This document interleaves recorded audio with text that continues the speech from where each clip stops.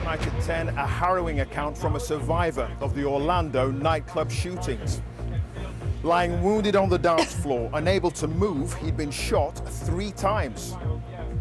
Speaking from hospital, Angel Colon said he played dead when the gunman returned and started shooting again. I can hear the shotguns closer, and I look over and he shoots the girl next to me. And I'm just there laying down, I'm thinking, I'm next, I'm dead. Tonight, President Obama attacked Donald Trump's response to the shooting, saying his proposal to ban travel by Muslims to America was playing into the hands of extremists. Also on tonight's programme, looking for trouble as a Russian fan films his own fist fight. Russia is warned it will be thrown out of the Euros if there's more violence. Labour lines up to warn the NHS is at risk if the UK leaves the European Union, but admits immigration needs to be controlled. How a gifted teenager who took his own life was failed by an underfunded mental health service. And a new landmark for the world's most popular modern art museum. We take a look at the extension to the Tate Modern. And here in the south, making their voices heard, protesters demand answers as another strike is called on Southern Railway. And lights out for the disability campaigners who lose a High Court challenge over a scheme to turn off traffic lights.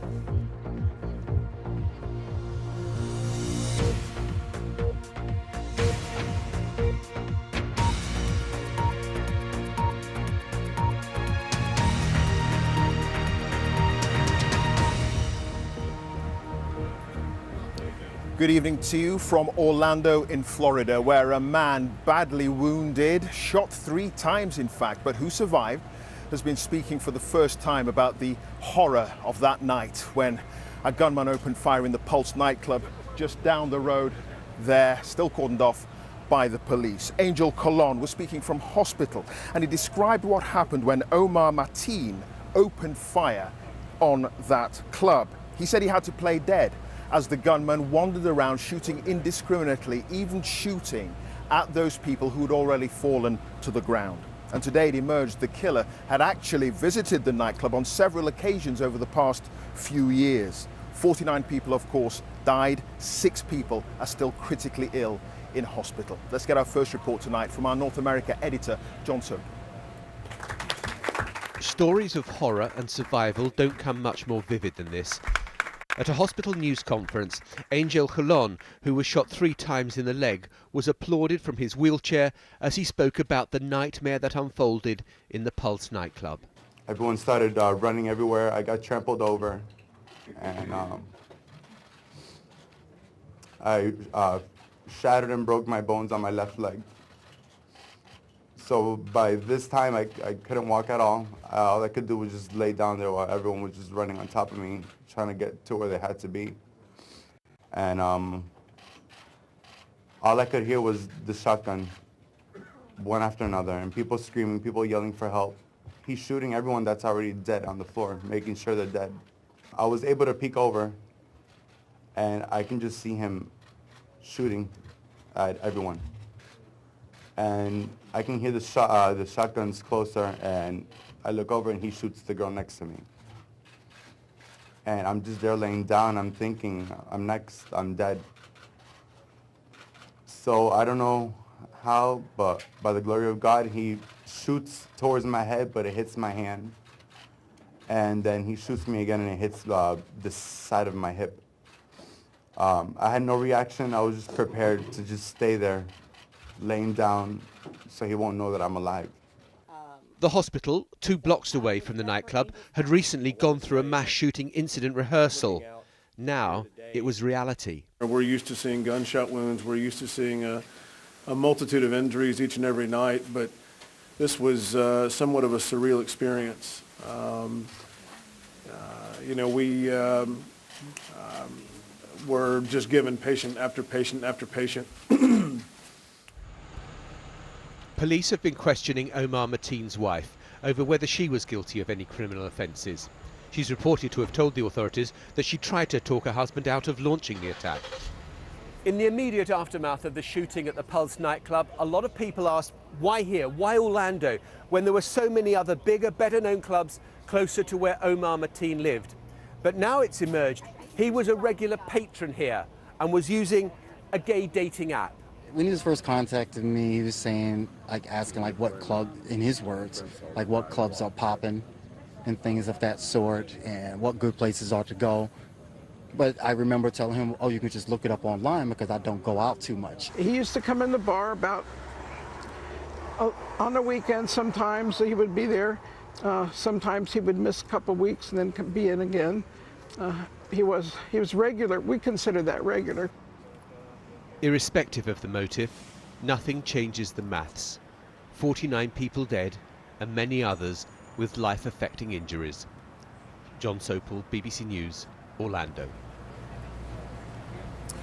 Well, President Obama has attacked Donald Trump's response to the shootings, criticizing his proposal to ban Muslims traveling to the United States, saying that that would only fuel extremist propaganda and make the country actually less safe. It was a visibly angry president who gave a news conference today. He said that America was founded on values such as freedom of religion, and abandoning them would only hand a victory to the terrorists. Nick Bryant reports now from the White House.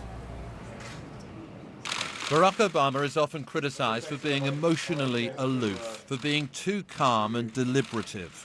But today, after convening his National Security Council, his anger came to the fore as he delivered this presidential rebuttal, a general at his side, to Donald Trump and his demand for a ban on Muslims entering America.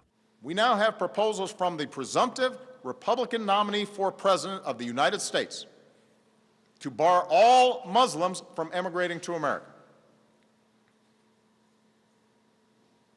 We hear language that singles out immigrants and suggests entire religious communities are complicit in violence. Where does this stop? Mr. Obama avoided uttering Donald Trump's name, but the billionaire's demand after the Orlando massacre that he should resign as president for refusing to use the term radical Islam has clearly enraged him. There's no magic to the phrase radical Islam. It's a political talking point. It's not a strategy. And the reason I am careful about how I describe this threat has nothing to do with political correctness and everything to do with actually defeating extremism. From Donald Trump, a tough-worded response that questioned the president's patriotism. He claims to know our enemy, and yet he continues to prioritize our enemy over our allies, and for that matter, the American people. When I am president, it will always be America first. It's hard to recall a sitting president intervening quite so forcefully in the battle to succeed him. This was an attempt by Mr. Obama to use the full power of his office to prevent Donald Trump from ever occupying it. Nick Bryant, BBC News, Washington. Well, what happened here on that warm Saturday night last week, it was clearly an act of terror, there's no question about that, but it was also a hate crime perpetrated on the LGBT community. Now, I've been trying to find out what the shock of the shootings has meant to so many people who for a long time have been on the margins of society. They're a staple of suburban America, the Stars and Stripes, shorthand for certain values, a love of country. In Orlando this week, you'll also see this, and they symbolize a love of country too. Billy Wilkes has lived here for 28 years and proud to be gay. I had an American flag out, but I changed it and put that up the minute I heard about it. Why? Just made me feel good. It made me feel like I was paying respect to those that did lose their life. It's at this painful moment that those who are LGBT can reflect on how far they've come. The killer Omar Mateen brought carnage here because he hated society's embrace of the community. But some are now questioning God's acceptance. Reverend Terry Steed Pierce has been out for nearly 30 years. I will continue to tell those people who come and question that God is here with us and wants better for us. The killer tried to do that, you think? He tried to force you back into the closet? He was trying to force us back in a closet that was never meant for us. And we will stand tall and we will stand proud. And we can't be afraid. As the city mourns, President Obama says the attack on the gay nightclub was an attack on all Americans. The outpouring of horror and grief nationwide is testament to that. Well, what we heard here today was powerful first-hand testimony from survivors. We also heard about the professionalism of those doctors who tried to save so many people who were injured as a result of the shooting. Some people have been saying here, well, what was exhibited on that night were two sides of humanity, the best and the worst. And frankly, as far as the community here is concerned, it will always be the better half of mankind, of humanity, that will prevail. With that, back to you, Fiona. Clive, thank you very much. Well, let's take a look at today's other news now. And thousands of extra police are being sent to the city of Lille in northern France amid fears of renewed fighting between Russian and English football fans. Today, European football's governing body, UEFA, fined Russia and warned that their team will be disqualified from Euro 2016 if there's any repeat of the violence in the stadium seen at Saturday's game against England. Our sports editor, Dan Roan, reports. On the rampage in Marseille, this remarkable footage has been captured on a camera strapped to a Russian football thug. A disturbing first-hand view as hooligans turned the French city into a war zone at the weekend. Anyone who gets in their way receives a beating. This is believed to be him, the same distinctive shorts, and here's the camera attached to his waist. He was also caught by a news crew at the same time, doing this to his victim. Father of two, Vladimir, who wants to remain anonymous, claims he was involved. He says his gang had waited 10 years for such a fight, and a lack of intervention from the police meant they could do anything. But it's the violence inside the stadium in Marseille on Saturday night that's left Russia on the brink of expulsion from Euro 2016. UEFA handing them a suspended disqualification today after hooligans attacked England fans following the final whistle. Any repeat and Russia's tournament will be over. Today, Russia striker Artem Zuba hit back, saying English fans were equally to blame. The British media have this impression that England fans are like angels who came to this country and are behaving themselves. But it's 50-50 in every conflict. There are two sides. It's not just the Russians who are at fault. Meanwhile, armed French police today stopped a coach of Russia supporters travelling to Lille for their match tomorrow, with a number of deportations expected.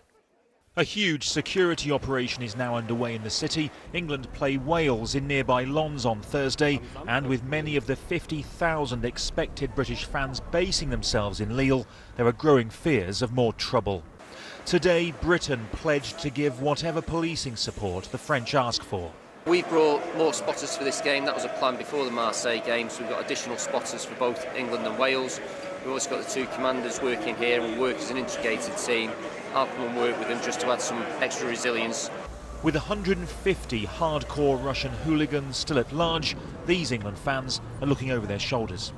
These guys could jump out of nowhere, and that's a single point that I think we have to be aware of. Well, I suppose in previous tournaments where I've been, I would walk along to a non-England game wearing my England flag. I won't do that this time. And this is why, already in Lille this evening, a standoff. England and Wales fans appearing to goad Russian supporters. This incident didn't escalate, and authorities hope an alcohol ban that's come into force on the streets of the city will help calm tensions, but the sport is holding its breath. Well, England will leave their base here in Chantilly tomorrow for that big match against Wales in Lens on Thursday, and they of course will be all too aware that they as well face expulsion from Euro 2016 if the behaviour of their fans doesn't improve either. But for Russia, this really is very serious now. They're in the last chance saloon. That was very much a final warning for them from UEFA today. This does have to be put into context, of course. It is only a small minority who are misbehaving. Games continue, 2 more today, without any problems, but there's no doubt that in Lens and in Lille over the next few days there is huge pressure building now for the French authorities, for UEFA themselves, for England, and especially for Russia, for whom being kicked out of this tournament would be unthinkable when you consider that they are the hosts of the next World Cup. Dan Roan in Chantilly, thank you. Labour's intensified its effort to get its supporters to throw their weight behind a vote to stay in the EU. The party's leader, Jeremy Corbyn, flanked by his shadow cabinet and trade union bosses, claimed the NHS would be safer in the European Union. His deputy also said more needed to be done to address voters' concerns about immigration, as our political editor, Laura Koonsberg, reports. If armies march on their stomachs, right now, Labour needs plenty of fuel. From top to bottom, there's panic. Their supporters want out after record levels of immigration. The deputy leader, who few would take on in a political fight, thinks the party has to listen.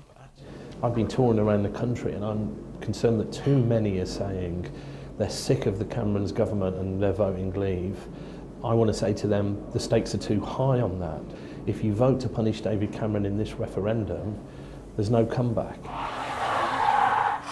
For the last decade, I would say that immigration has been the backdrop to every election we've had in Britain. And, you know, woe betide politicians that don't listen to what voters tell them. I think what we have to reassure people of, that if they vote Remain on Thursday, June the 23rd, that isn't the end of the reform package for Europe. You know, I think a future Europe will have to look at things like the free movement of labour rules. To be clear, you're saying that Labour would have to look at a way of controlling freedom of movement? I think it's very likely that a Labour government would want to reform the European Union, and yes, if we get to a general election in 2020, of course we would have to listen to our voters. They're giving us a pretty clear signal in this referendum. The campaign's hard going for Labour. Voters have been confused about whether it's for in or for out. A hastily planned get-together with union and party VIPs was meant to be a show of strength. But curbing freedom of movement isn't necessarily what Jeremy Corbyn would support. And the rest of the EU is unlikely to agree. Nearly all of Labour, though, does agree you should vote to remain. From Land's End to John O'Groats, from Norwich over to North Wales, we are making the case everywhere. This does feel like it has been a last-minute scramble for the Labour Party. It has been. But despite many voters' concerns about immigration, many MPs do believe there are still enough undecided voters that this last-minute push could make the difference. Labour wanted to talk about the NHS today. A vote to leave is a vote that will put the NHS in jeopardy, in the hands of those who want to break it up. But the handful of Labour MPs who want out believe they have the public's ear. Labour's leadership cannot face up to the big issue, and that is about immigration. This has been wonderful, this globalisation move throughout the world for the rich. But if you're at the bottom of the pile, you've paid the price. But many on the left believe exit would be the far greater cost. The morning after the referendum, if we've voted to leave, who's going to be happiest? It's going to be Nigel Farage, Boris Johnson, and a resurgent right that I think would spell disaster for the trade union members I represent and working class communities across the UK. It's late, but Labour is facing up to this difficult fight. This party, as well as the government, is waiting to be judged. Laura Koonsberg, BBC News. Well, stock markets across Europe fell today ahead of the referendum. The FTSE 100 suffered its steepest daily fall since mid-February, closing below 6,000. The pound also fell against the dollar and the euro. Britain has won a European court case upholding its right to withhold child benefit and child tax credits from some EU migrants. Remain campaigners say the European Court of Justice ruling shows the UK can act to prevent so-called benefit tourism while remaining in the EU. But Vote Leave said it was absurd that the UK had to engage in lengthy legal battles with the Luxembourg court. The chairman of John Lewis has told employees that leaving the EU would have an adverse impact on consumer confidence, which could last for 5 years and would probably lead to higher prices. Sir Charlie Mayfield said the company wasn't taking sides in the referendum, but he believed the economy would be stronger if the UK remains. The Leave campaign has insisted that any group which currently receives EU funds, such as farming and universities, will continue to do so in the event of a vote to leave the European Union. But their claims have been dismissed as fantasy by Remain campaigners, who've also pointed out that any such decision would be up to the government. Our deputy political editor, John Pienaar, reports. What's in it for us? Farms get back some of the cash Britain pours into the EU. Now ministers in the Leave campaign say they'll keep it all flowing if we pull out. So no threat to science funding, which also gets EU grants, or some building projects, roads, bridges. Leavers can't officially promise to spend anything. They're not running the government, but they're saying it anyway. Well, we've been very clear today that those farmers, universities, scientists will not lose out when we choose to vote Leave on June the 23rd, and that we can spend the money that currently goes to Brussels on them and on our priorities. What if the economy slows down? Because economies do slow down. How can you promise what you're promising? Well, we need to be optimistic here. Our economy will grow when we leave Europe because, of course, we'll have new business opportunities, new trading opportunities. That's if you're optimistic leaving would help and not hurt the economy. And what are the payouts at stake? Well, EU spending in Britain added up to about £6 billion last year. Payments to farms were about £3 billion. Development aid for roads, say, and bridges delivered £1.1 billion. And the European Social Fund, helping people gain skills, including former prisoners, added up to £263 million. So that's the cash we pay to Brussels and then get back. The Leavers say they'd simply pay it out directly. But the Leave campaigners have also been piling other spending pledges on top, using the £8 billion or so the EU currently keeps. So £5.5 billion a year more for the NHS, and scrapping VAT on home heating bills. That's worth £1.7 billion. Many economists are doubtful. A simple calculation might suggest these commitments are affordable. We wouldn't have to be sending money to the EU after all. But that assumes that the economy is unaffected by a choice to leave the European Union. And actually, the vast majority of studies suggest that isn't the case.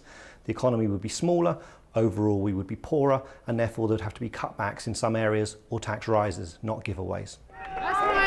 He's popular. Not with the Remain side, though. They've accused Boris Johnson and all the Leavers of peddling fantasy economics to fool people. The Leave campaign looks more like a government in exile every day, and there'll be more promises before polling day. Reuniting the government afterwards will be hard, whoever wins. John Pinar, BBC News. A French couple who both worked for the police have been stabbed to death at their home near Paris by a man who'd pledged allegiance to so-called Islamic State. He also held their 3-year-old child hostage before being killed by police. The authorities say they found a list of his other targets. Our Paris correspondent Lucy Williamson has more.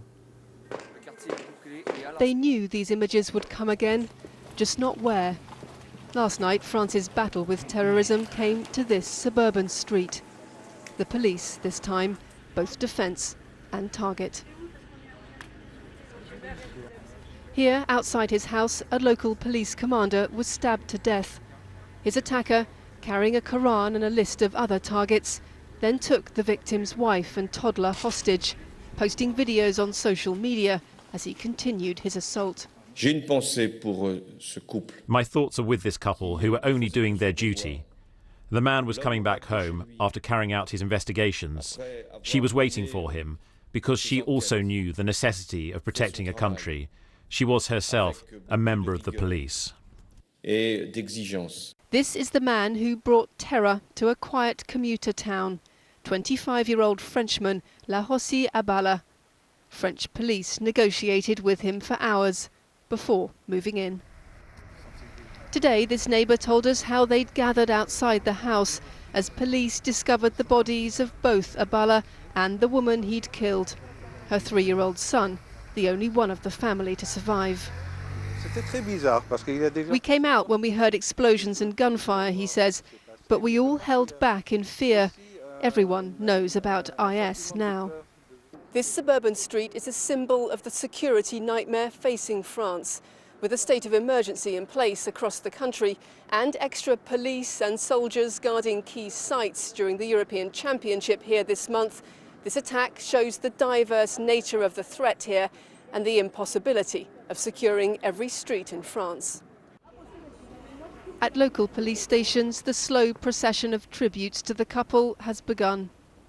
But this latest crime is less a shock than a sad confirmation that the question for France these days is not whether an attack will happen, but when.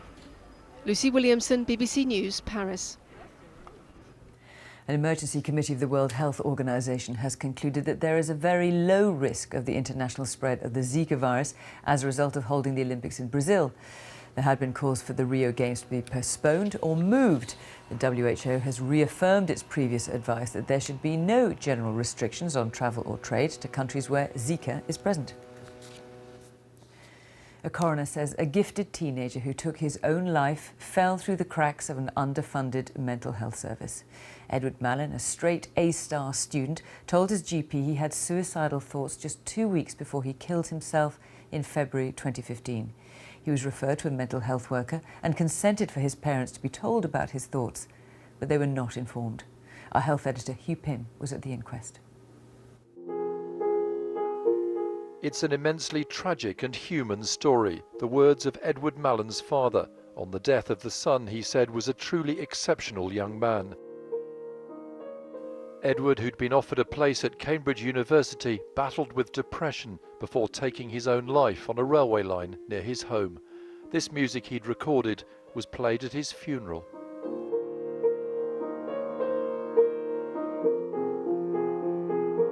His father, Steve, argues that Edward was let down by the system, and he's relieved the inquest has shed some light on that. I stood next to Edward's coffin in church, and I made him a promise. And I promised that I would investigate what had happened here on behalf of him. And also, I made a promise that I would see some good done on his behalf. And unfortunately, the proceedings of today have confirmed what I suspected was the case, was that there are deep structural inadequacies across the health system with regard to mental health. The inquest heard that a local mental health trust decided Edward could wait 5 days to be seen, even though a GP called for an urgent referral because of his suicidal thoughts. At a meeting with mental health workers, he gave consent for his parents to be consulted, but they didn't do so. It's not clear to us that even if the Trust had done everything that it could possibly have done, that Edward would have lived. But the Trust didn't do everything that could possibly have done, so we can't know, and we must therefore accept some responsibility. The Cambridgeshire Assistant Coroner Belinda Cheney said Edward Mallon had fallen through cracks in the system and there'd been no continuity of care, though she acknowledged the local trust had since improved its procedures. She said she endorsed views expressed here at the inquest that there was a general underfunding of mental health services.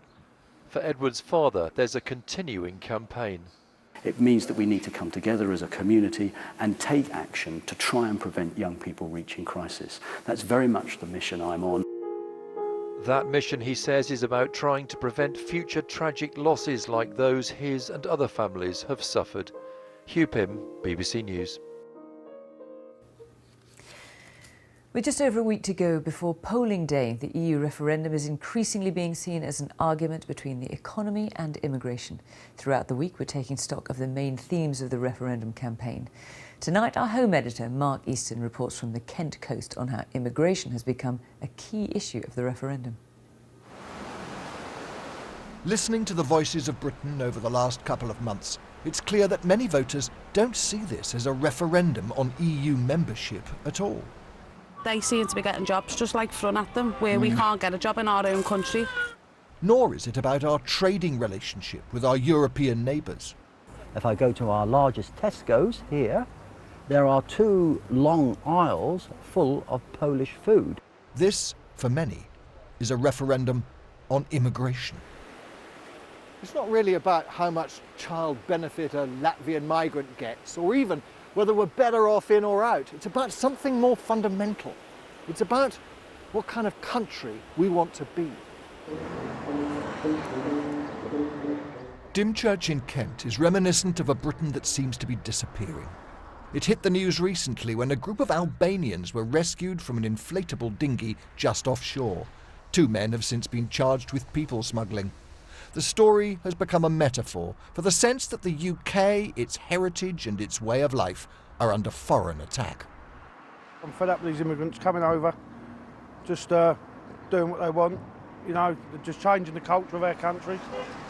The real English, British people seem to be getting pushed to the back. It's like they haven't got a voice, they can't say anything without getting accused of being racist and stuff like that, and that's not... The little railway that runs from Dymchurch to Dungeness was requisitioned by the War Department in the 1940s to defend against possible invasion. Although EU immigration has barely touched this town, the campaign has become dominated by claim and counterclaim over the threat from foreigners coming to Britain. In the middle of the campaign, of course, we got those official figures showing that last year 270,000 EU citizens came to live in Britain. And that's pushed immigration to the #1 public concern, above the economy. That's clearly a boost for the Leave campaign, because many people believe that if we vote out, it'll stop the foreigners coming in. But is that true? It would, in theory, mean EU citizens were subject to the same controls as migrants from outside the EU. However, that wouldn't necessarily mean big reductions. After all, non-EU immigration still exceeds immigration from the European Union. Why? Because many immigrants benefit Britain. We welcome tens of thousands every year because they enhance our way of life. They enrich us financially and culturally. We're a small country. Whether we're in or out, we're not going to stop immigrants coming, are we? I'm afraid we're not. And those who really need it, we should have those from war-torn countries. Immigration, whether you're in or out, is still going to be an issue and it needs to be dealt with. I think the people who are wanting to stay in are probably going to deal with it a little bit more compassionately than the people who want out. Britain is known as a land of castles, symbols of our island heritage, stoutly defending our values. For many in Britain in 2016, this referendum is seen almost as a straight choice between protecting our tradition and our way of life and opening the gate to modernity and globalization. In truth, the choice is not so stark. People may believe they can vote to stop immigration, but in the modern world, you can't just pull up the drawbridge. Mark Easton, BBC News, Kent.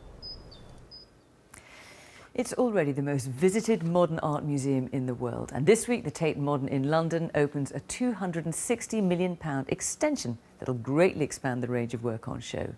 The art collection will also be more diverse and come from many more countries. It will also introduce visitors to some less familiar artists. Our arts editor, Will Gompertz, has been taking a look.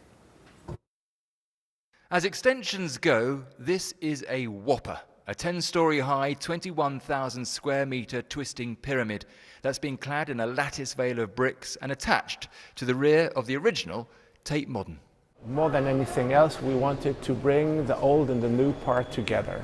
It shouldn't feel like that's the new, that's the old, but if you walk through the whole Tate, it should feel like one organism. We love the robustness, the solidity of the old industrial building, and all these concrete pieces should remind you of the quality of that moment in history. Visitors will still be able to walk into this space, the iconic Turbine Hall, but now they'll have a decision to make. Do they go right into the old building to see paintings by the likes of Picasso and Rothko, or left into the new building to see work in many different media by artists they've probably never heard of? A curving concrete staircase leads to spacious galleries in which art from over 50 countries is exhibited, most of which has been recently acquired. Paintings are few and far between, but there's plenty to amuse. There's art you can interact with, such as this installation, where you're invited to get into the cage and have a lie down. That's better. There's a city made out of couscous that you can salivate over. And there's performance art dotted throughout the building, especially down here in its subterranean spaces. When Tate Modern opened in 2000, it proved to be a game changer. Modern art was no longer written off as a bad joke and became instead a big draw. Will this new building prove as influential? What I would love to see in terms of changing the game is a recognition of that bigger story that we're trying to tell. The story you're familiar with is principally the story of works of art made by white males in New York, Paris and London. And the story that we're telling in the new Tate Modern is that it's a much bigger story, and that women made a very significant contribution to that history. At the top of the building is a room with a view, where you can look out over the skyline of London, which now boasts a new landmark. Will Gompertz, BBC News. Newsnight coming up on BBC Two. Here's Kirsty.